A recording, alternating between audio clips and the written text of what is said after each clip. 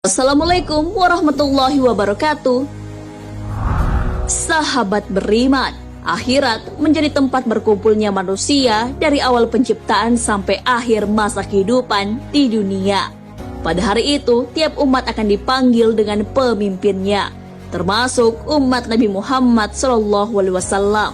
Di antara manusia yang begitu banyak, Nabi Muhammad SAW akan mengenali umatnya dengan ciri-ciri tertentu. Lantas, bagaimana pertemuan para nabi dengan umatnya? Bagaimana Nabi Muhammad SAW mengenali umatnya di akhirat? Amalan apa yang membuat manusia bisa dikenali Nabi Muhammad SAW? Simak ulasannya dengan menonton video ini hingga akhir. Pertemuan para nabi dan umatnya di akhirat.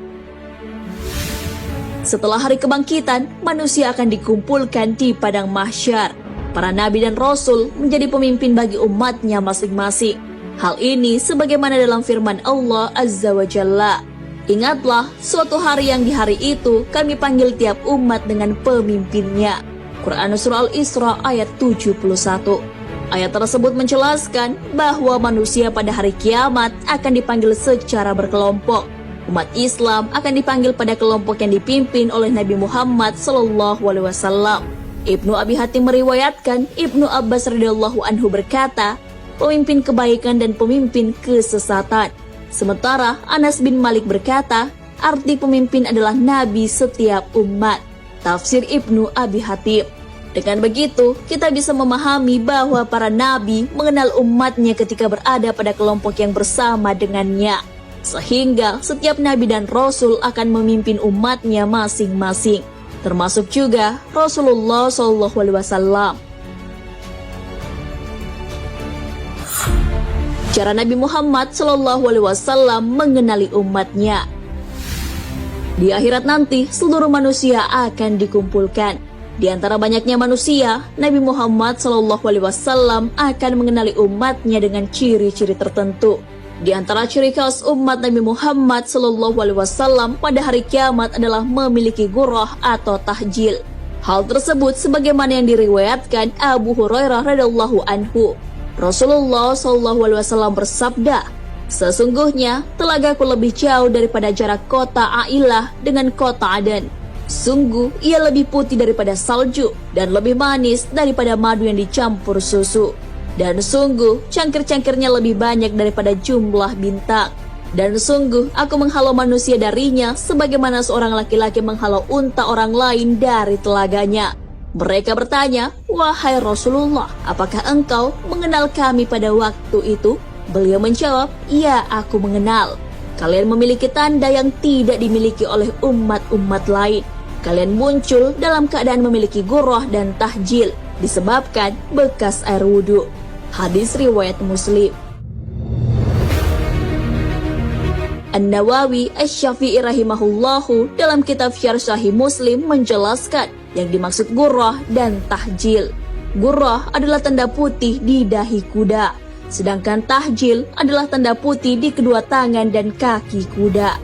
Para ulama berkata, cahaya yang terdapat pada anggota wudhu pada hari kiamat disebut gurrah dan tahjil, karena menyerupai gurrah yang dimiliki kuda.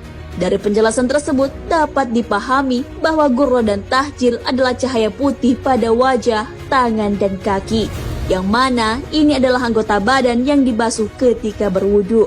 Inilah yang merupakan ciri khas umat Nabi Muhammad SAW karena tidak dimiliki umat lainnya.